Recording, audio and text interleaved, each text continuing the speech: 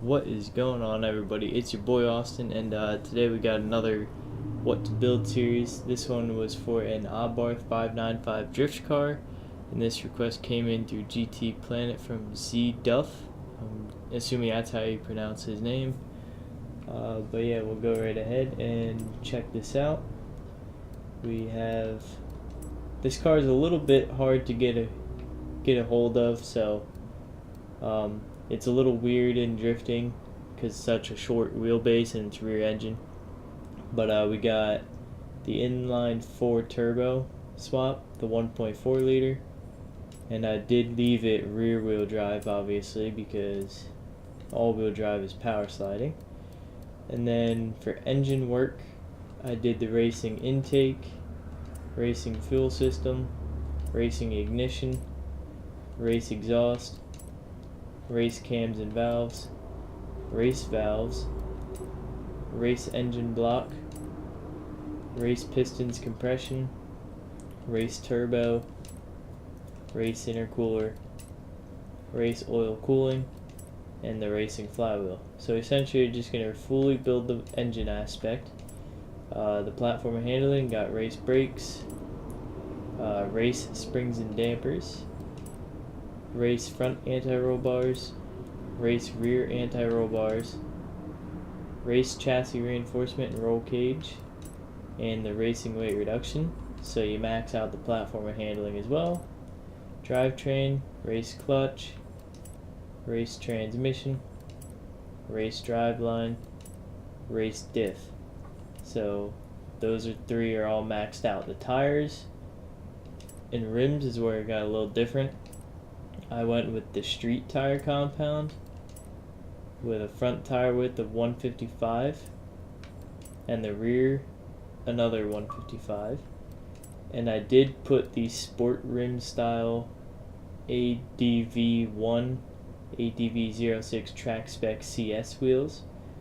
You can run whatever wheels you want unless you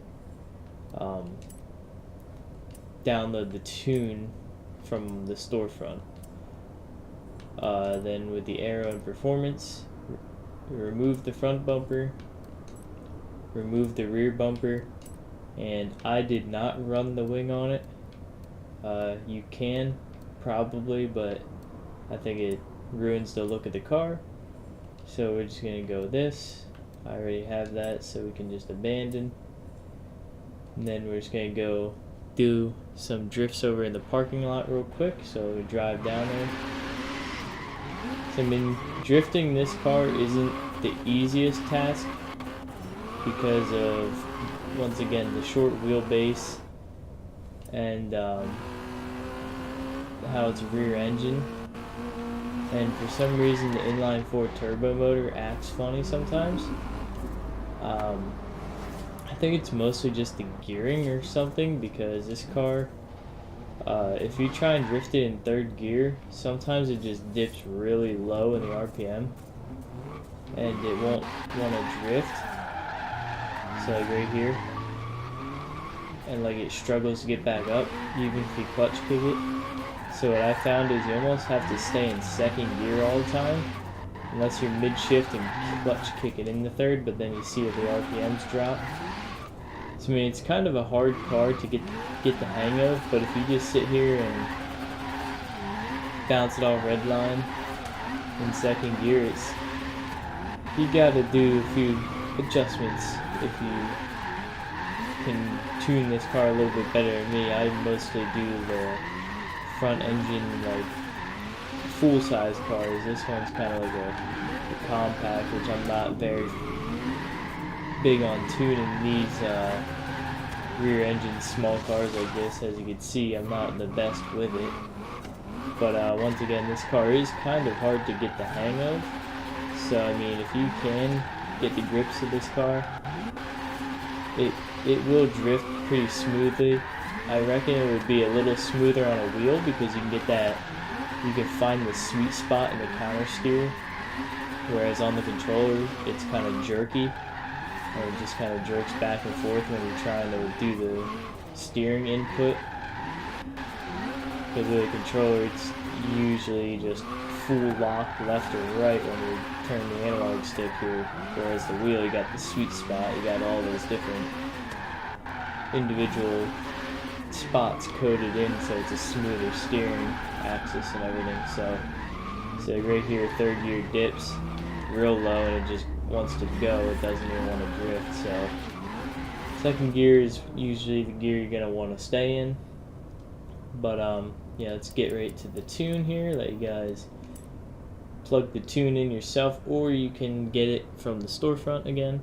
But I did leave the front tire pressure at 30, lowered the rear to 28. I left first, second, third, fourth, fifth, and sixth all alone, and I did put the final drive at 2.90. Negative 3.0 camber front, negative 2.0 rear, 1.0 degrees of out toe in the front, 0.0 for rear, and a 3.0 front caster.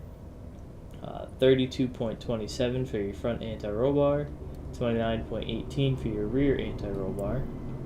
Ride height, lower that all the way, 5.1 front and rear. Front springs are 333.6 and the rear is 460.7. Damping is 11.9 in the front for rebound stiffness. The rear is 16.4. Bump stiffness, front 5.3, rear 7.3. Aero is locked, you can't adjust that. Brakes, once again, leave it 50% balance at 100% pressure. And differential is 100% lock. So if you would like to get this tuned for yourself, I will just put it up here in my storefront right here. And if you go to my storefront, this is the one you're going to look for. So yeah, if you follow the video and tune, like go through it and do it as I show it, you will be able to make adjustments according. So whereas if you were to just get this tune off the storefront, as soon as you try and change something on the upgrades or anything, it'll say that it's gonna have to remove the tune file, so then you lose the tune. So it's up to you guys what you want to do. But yeah, I will see you guys in the next episode of this, which most likely gonna be a drag thing, because I got two drag requests. So yeah, stay tuned for more in the future here, and I will see you guys in the next video.